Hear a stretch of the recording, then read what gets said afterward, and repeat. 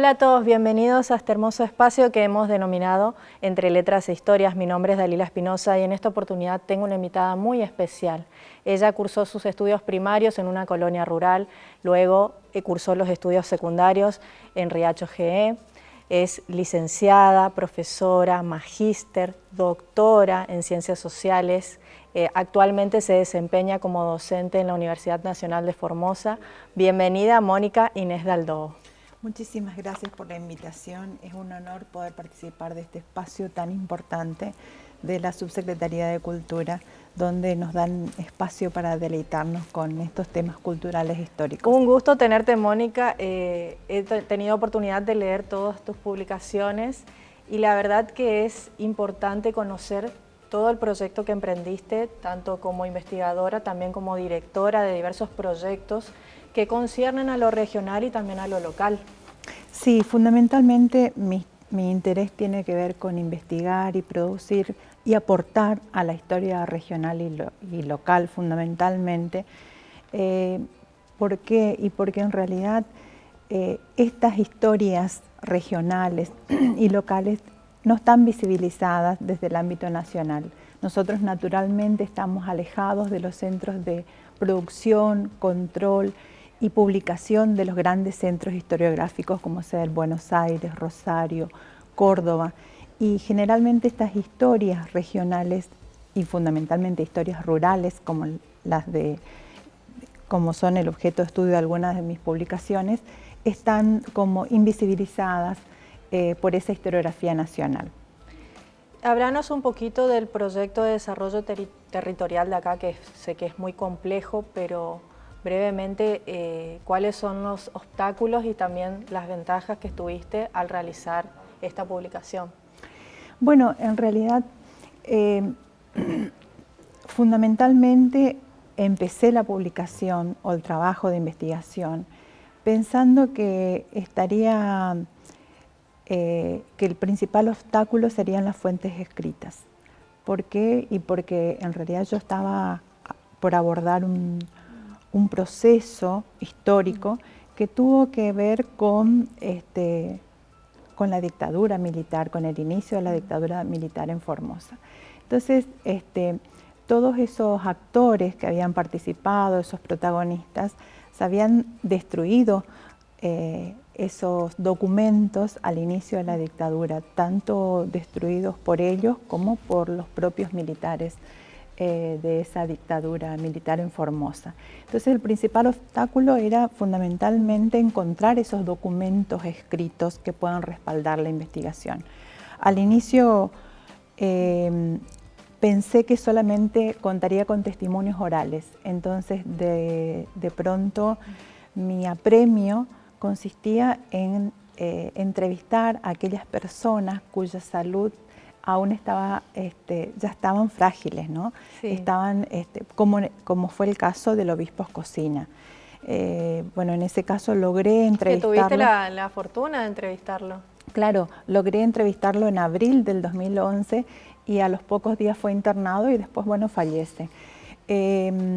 Pero en el transcurso de la investigación, y esto es lo bueno de todo proceso de investigación, fui encontrando archivos privados, fotografías, también documentos que habían sido resguardados en el archivo del Obispado de Formosa, precisamente una tarea realizada por Justamente te iba a preguntar, Escocina. Mónica, al mencionarlo a Escocina, ¿qué papel tiene la Iglesia en toda la conservación?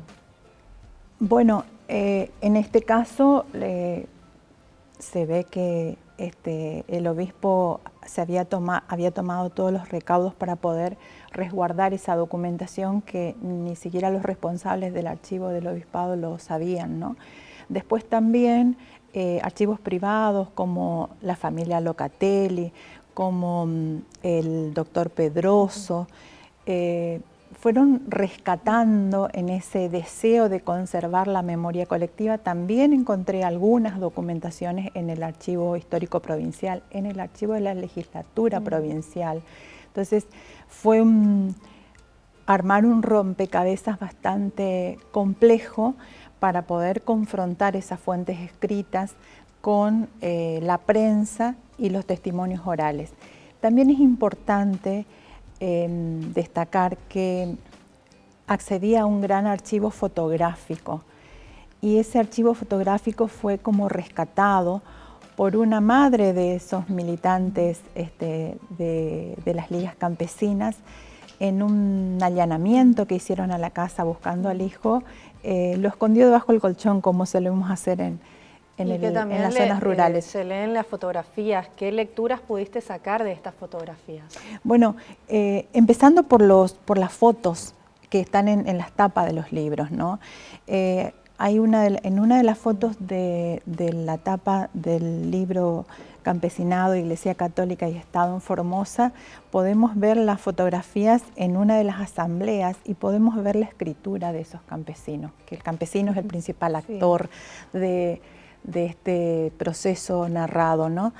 Y podemos ver, por ejemplo, esa escritura que nos dice mucho, ¿no? En esas fotografías están las escrituras que son campesinos semi-analfabetos de los 70. Pensemos que en los 70 el índice de analfabetismo de nuestra provincia era altísimo y esos campesinos eran pequeños productores agropecuarios, fundamentalmente monoproductores de algodón, con muy pequeñas y escasos territorios de tierras que producían algodón fundamentalmente y algunos otros cultivos para la subsistencia. Así también tenían 1 o 2 lecheras como para alimentar a su familia. Ese es el principal actor del proceso que narro, que trato de... Y Mónica, ahí en tu biografía leí que te criaste en el interior en una colonia rural.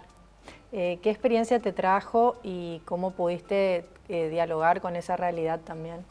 Bueno, precisamente creo que eso marcó el objetivo de plasmar en la escritura esos procesos, esa movilización social rural que fue tan fuerte en el nordeste argentino.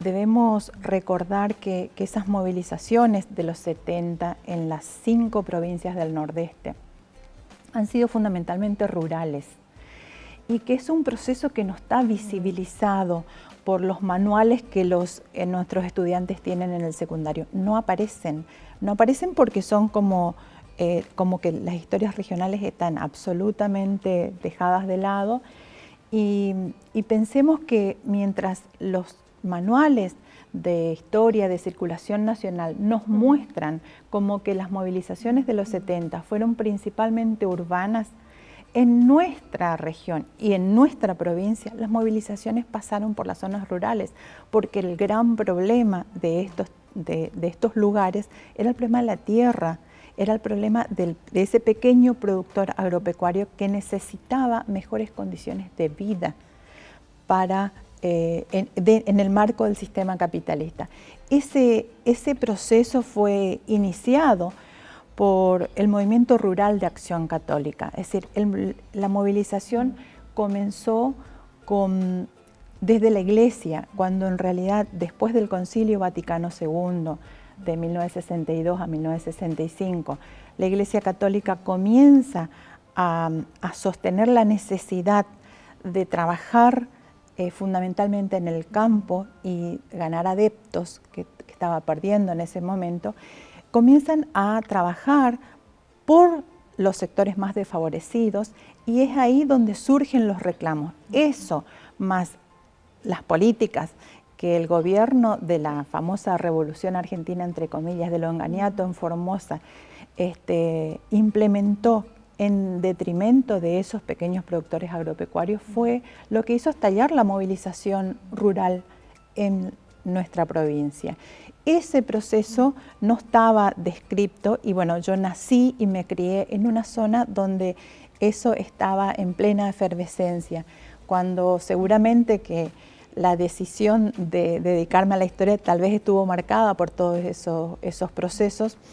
Y me encontré con que no estaba escrito. Profesional, por supuesto, de también notar esa falla, ese faltante. Es una vacancia claro, muy fuerte en los manuales. Un vacío en la historia. Eso es un vacío y bueno, sentí la necesidad de plasmar. Una gran elipsis, diríamos nosotros. Claro, sentí la necesidad de plasmar en la escritura todo este proceso que estaba invisibilizado. En principio pensando que me iba a sostener solamente en la historia oral, después en ese proceso fui encontrando gran cantidad de documentación y bueno, esto fue plasmado fundamentalmente en 2 textos, ¿no? En un primer texto publicado en el año 2018, donde se trabaja bueno, Formosa como escenario fundamental y una gran descripción de ese escenario económico, social y político. Se trabaja el problema de la tierra y después se hace foco en las grandes movilizaciones de los 60 y los 70 hasta el golpe de Estado del 24 de marzo de 1976. El corte se hace ahí, en ese momento, en ese libro verde, sí, lo llamo yo, sí, ¿no? Sí, sí. Debemos reflexionar y pensar que la memoria colectiva está presente y subyace. Pensemos que esas grandes movilizaciones y esa lucha por la tierra y esa lucha por mejores condiciones de vida del campesino han sido desarticuladas con el golpe militar del 76, pero 20 años después ese proyecto de desarrollo territorial rural diseñado por los campesinos y reclamado por los campesinos fue revivido, fue vivificado a través de un programa que se va a implementar desde el Estado provincial, justo 20 años después, y con eso tiene que ver ese libro púrpura, lo llamo yo, ¿no? Donde el título del libro dice Formosa, de lo frustrado a lo logrado, la pervivencia de las ligas campesinas en las actuales políticas agropecuarias del Estado provincial. En realidad lo que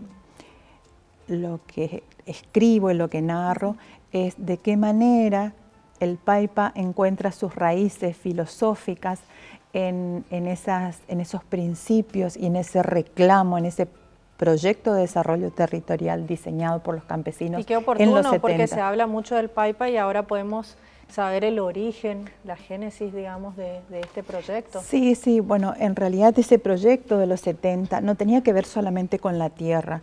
El lema de esos campesinos era aunque sea para nuestros hijos, pero el aunque sea para nuestros hijos no significaba solamente el tema de la tierra. Si nosotros miramos los memoriales, los documentos, los discursos, ellos reclamaban educación, salud, luz eléctrica. Pensemos que las colonias rurales donde yo me crié no tenían luz eléctrica. Mejores precios, jubilación, es decir, lo que hace a un verdadero proyecto de desarrollo territorial. Ellos en realidad estaban buscando mejores condiciones de vida en el marco del sistema capitalista. Y esto con el estricto acompañamiento de la Iglesia Católica, bajo el dogma de la doctrina social de la Iglesia. En esto, Escocina acompañó ese movimiento y guió y acompañó. En principio surge como un movimiento rural, pero después, y precisamente en mi pueblo, en Riacho, el 28 de marzo de 1971, en una primera asamblea de ese movimiento rural, Escocina les dice, muchachos, esto ya excede a la Iglesia, esto va por la vía del reclamo. Se van a tener que nuclear en ligas. Yo los voy a seguir acompañando. Y así lo hizo él con un conjunto de sacerdotes de la iglesia de Formosa. Claro, ya era necesario recurrir al Estado. En realidad, la confrontación era con el Estado, porque pensemos que la Revolución Argentina en Formosa estuvo representada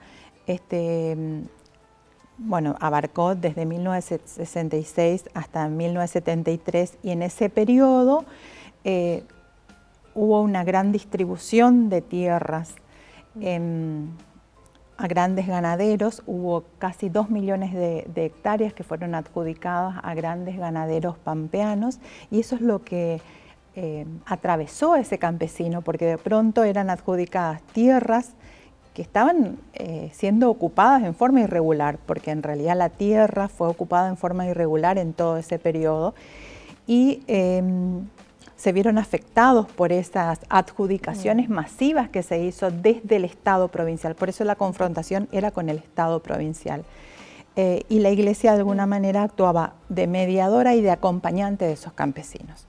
Por eso el libro se llama Campesinado, Iglesia Católica y Estado en Formosa. ¿Y cómo te recibieron los campesinos cuando fuiste a ahondar más sobre este tema? Bueno, ese fue un proceso muy fuerte, ¿no?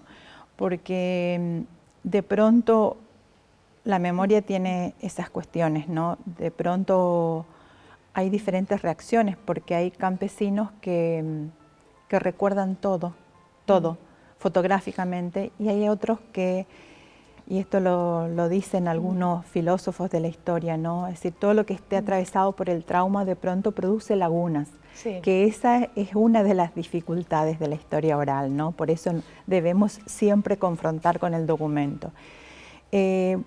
Te decía, algunos recordaban hasta fotográficamente, otros tenían fuertes lagunas y otros estaban cargados de emoción. Recuerdo en una colonia rural del departamento Pilagás a un campesino que recordaba al obispo y no se había enterado que había fallecido y lo recordaba con gran emoción. Y recordaba precisamente esa asamblea, ¿no? Esa asamblea realizada en Riachos, fundante de las ligas, ¿no? Del 28 de marzo. Y el mismo Escocina también recordaba con mucha emoción. Me decía, yo recuerdo que había más de 1000 campesinos. Y lo que me acuerdo es que se sacaban el sombrero cuando me asomé a hablar. Ese discurso está recuperado totalmente desde la prensa y también desde los memoriales que escribían los propios dirigentes de las ligas. Y en estas colecciones que hallaste privadas, ¿no hay una necesidad de armar más bien un museo que sea para todos? ¿O qué crítica podríamos hacer? ¿O está bien que cada familia guarde como archivo? Bueno, la memoria es colectiva. Es una muy buena pregunta la tuya. Y esto todavía son los avatares que sufrimos de la dictadura, ¿no? Es una muy buena pregunta qué hacer con esos archivos recuperados. Porque la verdad que es un trabajo minucioso el que hiciste. Sí, y en realidad me encontré con mucho más material del que esperaba al principio. Sobrepasó mis expectativas en cuanto a la recolección del material.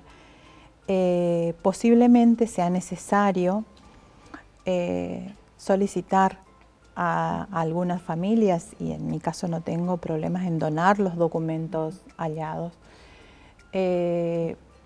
porque el trabajo fue particular, hasta ahora no surgió la iniciativa de recuperar desde alguna institución esto. La motivación fue importante. La motivación fue personal, individual, si se quiere, desde la necesidad de ordenar y de escribir desde los posgrados. Debo decir que el libro verde es una síntesis de mi tesis doctoral, como decías al principio. Pero sí, sería una buena iniciativa poder donar esos documentos a alguna institución que se encargue del resguardo de eso que es un tesoro para nosotros. Y que pueda estar en circulación. Es importante que todos los documentos, archivos, estén en circulación para que toda la gente pueda acceder y también conocer el origen de cada cosa. Otra cosa a destacar de tus publicaciones es el tema de la editorial. Comentanos un poco de esta editorial tan famosa y tan conocida para ustedes. Sí, en realidad tuve la suerte de que la editorial Prohistoria de la ciudad de Rosario, que es una de las mejores, digamos, de América Latina, pueda aceptar mis manuscritos, ¿no? Ellos aceptaron el primer manuscrito, lo publicaron, está en Rosario, y también del libro Púrpura, que es una continuación del primer libro. Es bueno que estas editoriales comiencen lo insertás en el buscador y están en todos lados los libros a la venta, y también hay reseñas también. Sí, bueno, hay varias reseñas publicadas por instituciones como la Universidad Nacional de Quilmes o el Instituto de Investigaciones Geohistóricas del Nordeste, el IGI, y bueno, la verdad que eso me sorprendió gratamente. Y bueno, y es muy bueno para el público en general que quiera leer las críticas llevadas a cabo por algunos especialistas respecto de mis Aparte trabajos. es muy satisfactorio, me imagino, como escritora, porque cursaste, digamos, toda tu vida académica, y encontrarte con esta publicación que es gigante, que tenga tus libros, me imagino que debe ser, claro, sí, bueno, emocionante. Es muy lindo, la verdad es que he tenido la oportunidad de publicar en otras editoriales que no tienen tanto renombre, pero bueno, también están en la web, están en grandes lugares donde, en Amazon, por ejemplo, está el Repensar la enseñanza de las ciencias sociales, que es otro texto, porque bueno, creo que la tarea no se acaba en escribir, creo que esto tiene que ir a las aulas, y a mí me preocupa la enseñanza de las ciencias sociales en las aulas de nuestra provincia. Sobre todo el tema del manual.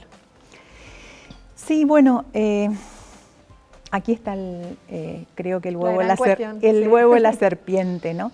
Porque si bien las historias regionales en los ámbitos académicos están en construcción y hay ciertos avances, y bueno, podemos encontrar algunos libros que relatan nuestros procesos históricos, de aquí a que esa historia académica llegue a las aulas de los niveles tanto primario, secundario y terciario, de pronto aún tenemos un trecho por recorrer, ¿no? Entonces, algunos de los proyectos de investigación que estoy dirigiendo tienen que ver con eso, ¿no? Con llevar a las aulas nuestra historia regional y nuestra geografía regional.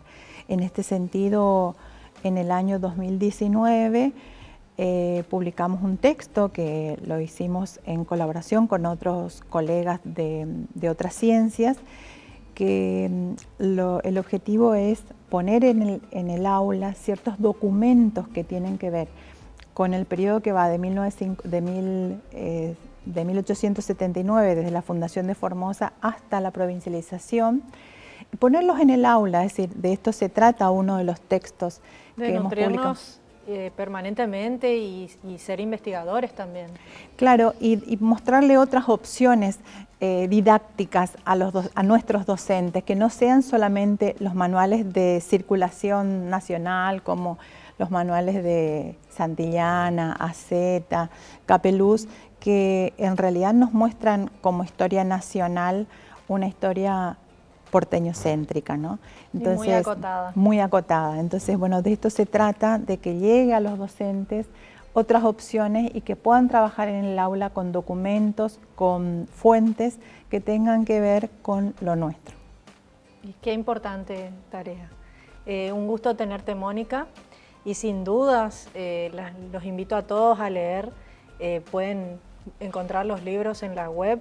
Hay reseñas, está en circulación en todas las librerías, así que los libros son excelentes. Así que muchas gracias, Mónica. Muchísimas gracias por este espacio, y bueno, que sigan trayendo a los escritores en este programa tan importante Entre Letras e Historias. Muchas gracias. Muchas gracias a todos, los esperamos para otro programa de Entre Letras e Historias. Entre Letras e Historias agradece a Morfeo, que está en Rivadavia 908, por el hermoso mobiliario para el programa.